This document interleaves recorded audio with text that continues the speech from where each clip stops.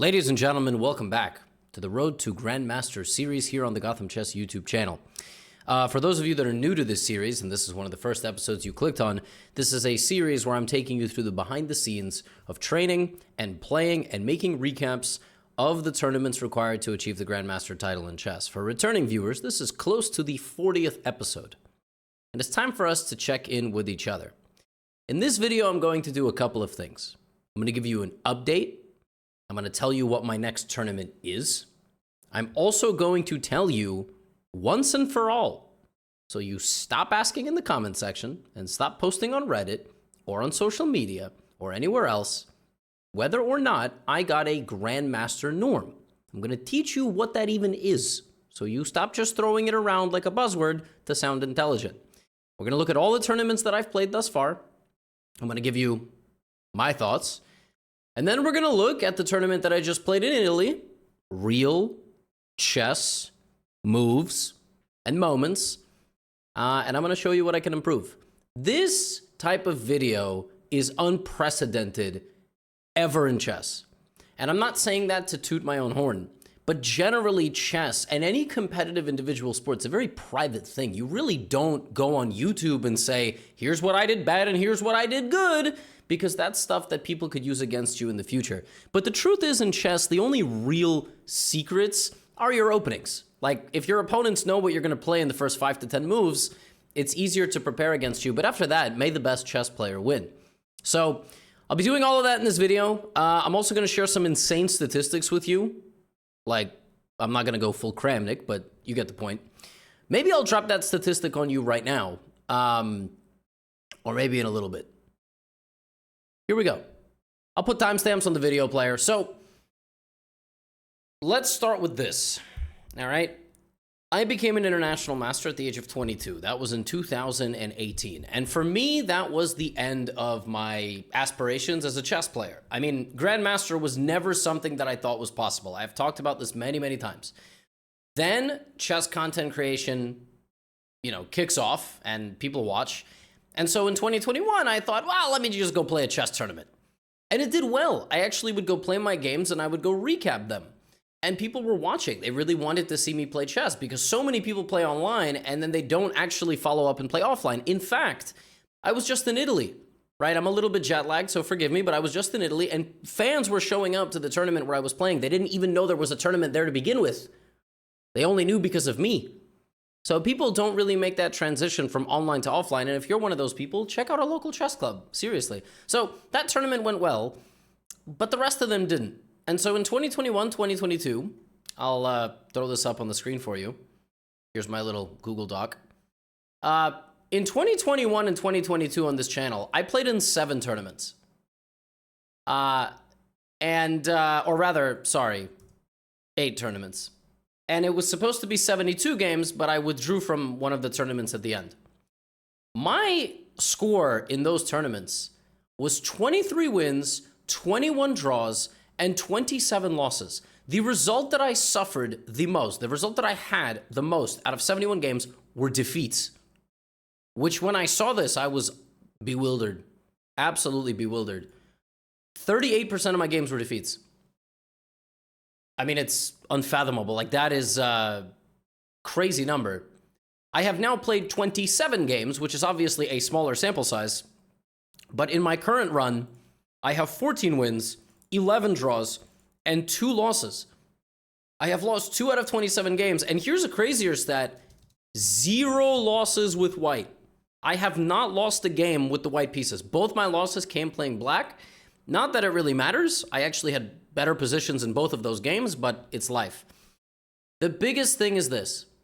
I have completely transformed as a player between these 2 runs.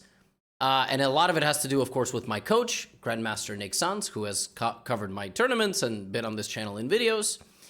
And I have talked about the fact that for me, chess is probably about 70% psychological. 30% of it is pure hard work at the board, pre-tournaments, etc.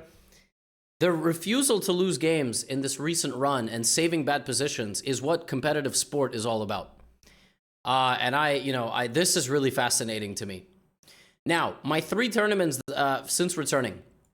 I played in Madrid, the Madrid Chess Festival, where in a heartbreaking fashion, I almost actually got a GM norm, which was unbelievable, but I gained 26 rating points to 2348. I have discussed very openly that if I was very scared in Madrid, because if I went below 2300, I'm not sure I would have been found again. Like I might have, you know, I'm not like the most dire, but I might have just ran away to an island somewhere and just, you know, caught fish and never returned to the chess world. The most recent tournament I played is quite funny. I performed at 2370, so I didn't gain any rating. That's this one. No, that's this one, the one that I just played in Italy, in Spilimbergo. And you know, the tournament ended very well for me because I managed to defeat Grandmaster Alberto David, 2507 GM. But my performance rating was exactly the same. Now, okay, around this point in the tournament, when I lost to Nikhil, this Indian player, I was minus like 10 elo. So the last 3 games I performed very well, and before that, you know, not so much. In Madrid, obviously, I got second place. Julio won the tournament. And then in New York, I won. I mean, I got 8 out of 9. So you really can't do any better than that. So these are my 3 tournaments, and the biggest difference between the 2 runs has been exactly what I just described. Exactly what I just described. It's been fighting at the board, getting good positions with both colors, and when I do mess up, I don't lose the game. I find a way to fight back. I find a way to at least draw it, and sometimes even win. My opponents are not capitalizing. Now, what do I need to become a GM? One of these is very easy to understand. And if you can do very simple math, 2500 elo, 2370, I need 130 more points. However, I've already gained about 48 of those. So, you know, what is that? Like I was 178 points away, right? So 48, 178, you know, I've gained 27% of the points. It's not that bad. The tricky thing for all of you is this concept of a norm, all right? I keep seeing in videos, oh, Levy got 6 points. He almost got a norm. No, bozos. No, absolutely not. There's a major difference between 6.5 points in my Madrid tournament being a norm and 6 points in this tournament being a norm. The point is, to get a norm in chess, what a norm is a certain score that you get in the tournament out of 9 games, usually, based on your opponent's average rating. The average rating is important. So in a closed tournament like in Spain, they calculate the average rating of the players in advance. They go to the FIDE handbook. They look at the little chart for the average ratings, which is somewhere here. I probably should have pulled this up sooner, but it's somewhere in here. They calculate the performance rating, and then that is the way, you know, you get your score. Now, in Spain, 6.5 was the magic number, okay? I scored 5.5. I lost to Julio, right? So he beat me, he got the norm. However, when I just played in Italy, it's an open tournament, so you do not know who you're playing. The pairings are random, okay? So in an open tournament, what you need to do is you need to win quickly so you can play guys like Alberto. You can play people with a higher average rating. So they raise your average rating according to the FIDE handbook, and that's the amount of points that you need to get. Your performance rating to get a norm needs to be 2600. That is really hard. And that's calculated by, you know, every time you win a game, they go up with the average. Every time you lose, they go down. So you need to get a certain score, usually about 6.5 or 7 points, against an average rating of roughly 2400. That is the way you get a norm. In Italy, my average rating of my opponents was not that high, so I played at my level. I did not get a norm. Now, I have a tournament that's coming up, which is not here, actually. I should have pulled it up. I will do that. I have a tournament coming up in New York. Maybe I can even find it on Chess Results, but it's not a particularly, you know, great website. But that tournament, yes, in that tournament, I can get a norm. Now, maybe I will do that. So in this website, you need to go to the home. and then you got to go to USA. There's a bunch of, by the way, they have like a bunch of tournaments here that are being played all over the world, but it's, you know, it's the chess world, so it's always quite bad. So this is the tournament I'm playing in August 28th, right? So you look, the average rating of the players is here. So the average, you know, I'm 2370. So the average rating of my opponents, 2276. Boom, boom, boom, boom, boom, boom, boom, boom, divided by 9. So here I need to score 7 points. I need to score 7 points out of 9 games. That's really hard. I mean, it's really, really difficult. But I am the, 8th seed. There are a bunch of players in the tournament higher rated than me. So even drawing them is not so bad. Beating them would be fantastic, right? And that's the way it works. Now, I would like to discuss the Italian tournament, because the Italian tournament was the first one that did not go that great. In fact, it was going quite poorly. In the other 2 tournaments, I eviscerated. I mean, I in Madrid, I lost the game, but I was doing very well, and this was my first tournament back in 2 years. So the first thing that I suppose went wrong in Italy was the travel, right? So I came to Italy the morning of August 8th, and the tournament begins on the afternoon of August 9th, right? So I thought, you know, I get there, I'm gonna relax, I'm gonna get, maybe I'll take a nap, I'm gonna walk around, I'm gonna sleep one night in Italy, and then I will play my game, and by August 10th or 11th, I will be okay.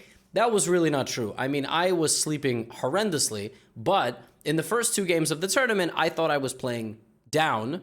So I was playing 21 or 2200, and I thought, okay, look, I'm going to play my best, and if I get a chance, I'm going to win, and then life is going to be good. I won the first game quite easily. But then after that, it was downhill. Now, another thing I learned during this tournament was how to deal with, you know, when I'm not in great form, when I'm stuck making, you know, not necessarily the best decisions. So, you know, in the second game, for example, I was playing against Anaí Ortiz from Ecuador. And in this game, I was playing an opponent that has a very, very solid repertoire. And so this is kind of one of those cases, like, maybe I can mix it up against somebody like this. Maybe I can play c5. Maybe I can play g6, bishop g7. Maybe I can play the Dutch defense. Maybe I can play the modern defense, just to have a weapon in mind where I take a little bit more risk against the player who is a little bit more solid. Now, I did want to try this. Right, so in the tournament in Madrid, I played the a6 Queen's Gambit decline. I played the h6 Queen's Gambit decline. There is the classical Queen's Gambit decline. There is the semi-Slav. There is the Vienna, the other Vienna. There is knight bd7. There is the Rogozin. And I think that's it. I mean, I think as far as normal openings. So in this position, I mean, black can play a lot of things. A lot.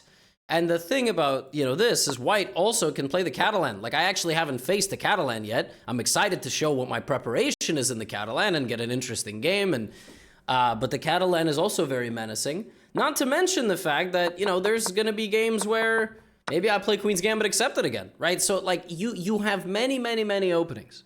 Now, in this game, I wanted to debut knight bd7. I haven't played this yet, ever. Like, there was no way somebody could have prepared this. And then this line with bishop b4. There's many ways to play, like you can play c6. I played a little bit more dynamically with this move c5 and the intention to play queen a5. But my opponent played a line that has almost never been played before because it's not particularly ambitious. White just plays like this, trades some pieces, and plays like super solidly. And so I decided to be very provocative and move my king. And this was interesting, but the problem is I didn't capitalize that well on my time advantage. I didn't exactly know, where to move pieces and so on. So I spent all of my extra time. I got a position that was roughly equal and suddenly was simply worse for me. My opponent just outplayed me and also was up on time. So this game was kind of like a misunderstanding of how to play the structure. I think this is something that will come a bit more with experience, but also I shouldn't have spent so much time. I needed to play a bit more on feel, and I needed to kind of understand there's no point spending 10 minutes because the truth is you have absolutely no idea which of these moves is going to be the best move. You just gotta move. I did fight back in this game, but another thing, like, this is inexcusable. 14 minutes to 4. And, opponent clearly spinning out of control a little bit, now already clearly worse. And then here I even out the time. So now it just turns into a scramble. I mean, I play a move with 4 seconds on the clock. I gotta stop doing this. I gotta stop doing this. This is just bad. Bad time management in this game, which ultimately leads to me not converting. Like I can play c3, which is not a great move. You know, opponent goes here, and now c2, as opposed to playing rook c7 and advancing these. But again, it's like you're in panic mode. You're just trying not to lose on time. And then after this game, I was stuck in purgatory. I wasn't able to convert this game. So after this game, you know, I played this young man from India who, by the 10th move of the game, removed my winning chances completely. I mean, he just got a position which was unbreakable. And again, like opening mishap, right? So obviously I need something here. I really did not take this move seriously at all. It's not the best move, but I mean, you know, even going for the 2 bishops is probably completely fine. Just playing like c4, b3, bishop b2. And this kind of makes me think, sometimes I stick a little bit to what I know in theory. I know in theory these are the best moves, but the truth is if I had just gotten his bishop, I mean, maybe the game would have been easier. Now, I don't know. Maybe he would have won bishop h5, but okay, whatever. Then I always have g4 at least. So, yeah, this game was kind of weird. It was just a game where I had absolutely nothing. I could not ever possibly win this game, which sucks. I mean, that just sucks. Like that, there's not much more to say. So I can't really be mad about this game. Now, the next game that I played against the young woman from Poland, here I had an opportunity to debut more opening preparation. You know, I went back to my Caro-Kann. But the thing about this opening is that I have thought about this quite a bit. Like, do I need something else in e4? Now, Hikaru's on the recaps. I know you guys take it as like gospel. If he says it, it must be reality. The truth is, I could play the Caro-Kann for the rest of my life and only play the Caro-Kann for the rest of my life. And if I'm a good player, I'm going to become a GM. Like, that's just the reality. It doesn't, openings do not matter. They don't matter. Okay, they really don't. But in this game, I did have a position that was very interesting, very imbalanced, and I didn't quite play it at the GM level, all right? But we're going to take a look. Having said that, do I need a new opening against e4? Like, should I play Sicilian? Probably. It will also make me a more complete player. Of course, I know the Sicilian like as a 2000. My theoretical knowledge of the Sicilian is good enough probably to be like a 2200 FIDE player, but not a GM. I mean, I have no idea which Sicilian I would play. Would I play Najdorf? Would I play Taimanov? Would I play Paulson Khan? Would I play Sveshnikov or Kalashnikov or whatever? You know, there's so many. So, yeah, I mean, in this game, you know, I thought I had a very interesting position. Bishop to g4, and we got a game, you know, we got all of my, by the way, we got something that was, it's in the Chesley Caro-Kann course, if you guys don't know. This is all in the Chesley Caro course. And, you know, I played knight f6, and okay, I just thought I had a completely normal position. Bishop h5 is also fine, but I thought what I did in the game was beyond reasonable. Like, I thought this was very nice. And the game was very complicated, but ultimately this came down to, yeah, I mean, I thought it was a very interesting battle, but she played much faster than me. Again, poor time management. Just like in this game, around this point, nope. Like around this point, you know, I went down to 14 versus 19, and then I was under pressure. And this was the reverse time management problem, 14-4. You got to win this position with black. And then, you know, against Yarotska, like, I just should not be down this amount of time. So now I have to speed up, and, you know, she plays very well. And here I miss a very nice, you know, key defensive resource, and the game's over. It's just a draw. So, you know, I tried my best here, but there was absolutely nothing I could do. Game was going, and she took on b7, and she offered a draw. I was down quite a bit of time, but okay, I would have drawn this game. So, again, do I need a new opening that's not the Caro-Kann? Maybe. Do I need a new opening that's maybe not a Queen's Gambit declined against people who are uber solid? Maybe. Speaking of people who are uber solid, in the 8th round, I played Suleiman Suleimanli from Azerbaijan, whose opening repertoire is the ready. And he plays the ready in a very, very boring way. I mean, he kind of plays like, he always tries to play d4, c4, no matter what. Now, in this game, you know, I was very slightly better, like minus 0.1. And in this game, he could have played moves like e3 to just keep some tension. You know, I might have played knight e5, he would have went back to e2. It's a very complicated game. Very complicated, very imbalanced. He has bishop pair, I have more, active pieces, but he controls a pawn in the center. His plan might be to play f4, e4, blah, blah, blah, all this, stuff. But he just played bishop takes d5. He played in an extremely boring fashion. And we, I couldn't do anything. We just had to kill the game. It happens. Battle of attrition, or I think that's the saying. But again, against a guy like this, similar, maybe a modern, maybe b6, maybe the Dutch, even here, there needs to be a way to mix things up. Again, maybe c5, g6, bishop g7, c5, play in a way that's a bit more balanced. The only reason I don't do this, and I know sometimes people comment in the YouTube videos, oh, you play so solidly, you're always worried about your... Stop coaching me. Stop it. Stop coaching me, please. You're, of course, free to comment. Freedom of speech, absolutely. But, it's not as simple as you think writing a YouTube comment. I get it. You watch your favorite sports team, blah, blah, blah. Why didn't they do this? Why didn't they... You go play. You go coach. It's not that simple. So the point is, you got to learn different openings. You got to know these openings at the GM level. You can't just play openings. All right? So that's, so it is what it is. I had a couple of games in the second round and the 8th round where maybe if I had something a bit more aggressive in my repertoire. But you know what? I'm actually happy I don't always have something aggressive in my repertoire because, sorry, it's so bright. There's no Google Documents dark mode. Because back in the day, I used to lose 38% of my games. Because I always sought something intriguing, something dynamic, something imbalanced.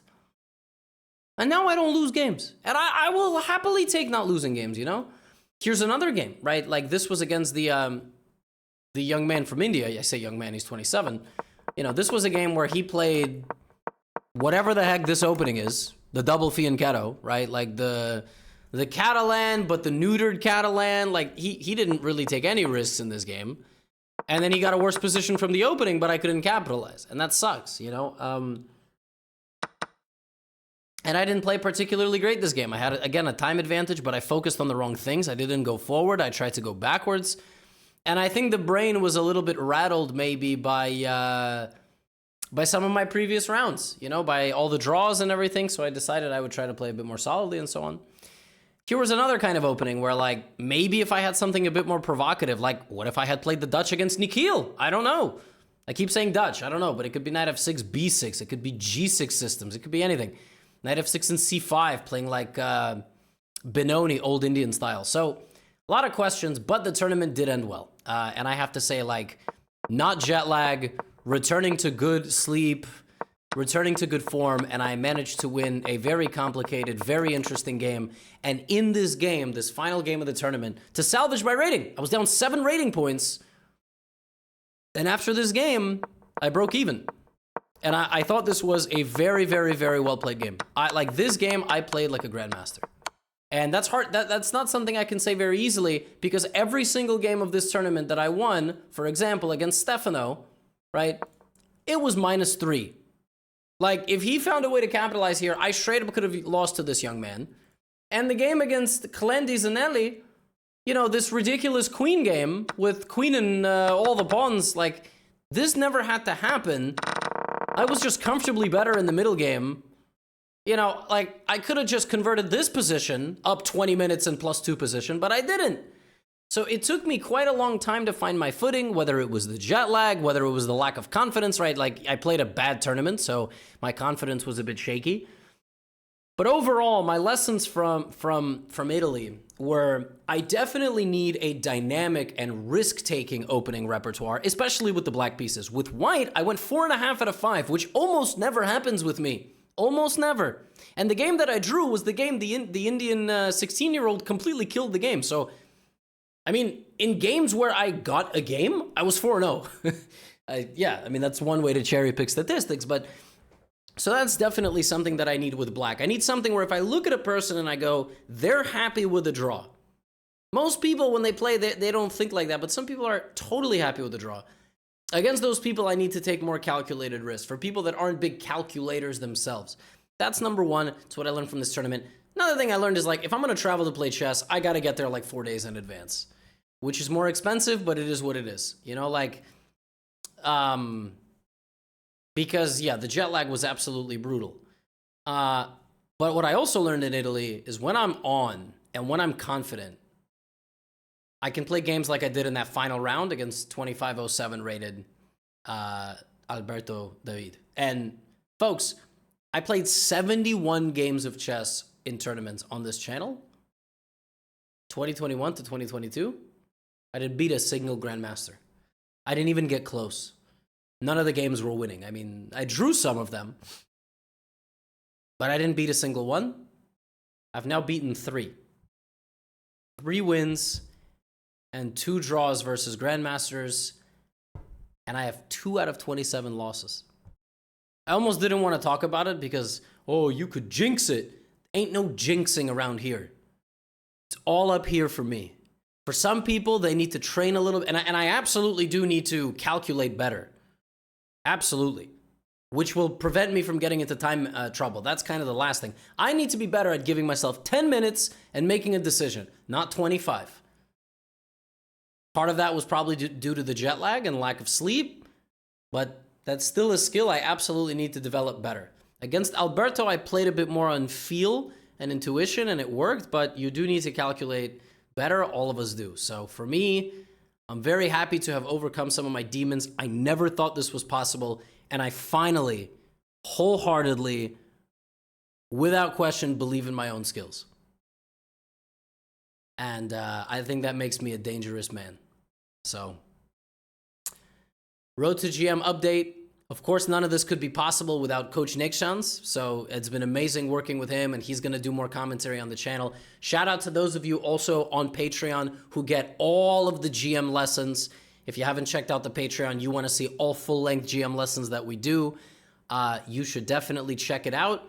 Also, they get, vlogs and things like that. They get game reviews. That's the different tiers and whatever. So, yeah, Road to GM. Never thought we would be here, but we are. The next tournament is August the 28th. It's a GM Norm round robin in New York City. Now you know how to get a GM Norm, so you will stop asking. And my timeline to get the GM title is like 2 to 3 years. So this is going to be a long journey with ups. Hopefully not too many downs, with ups, ups, ups. Some stable, some dips, but that's all I've got for you today. Get out of here.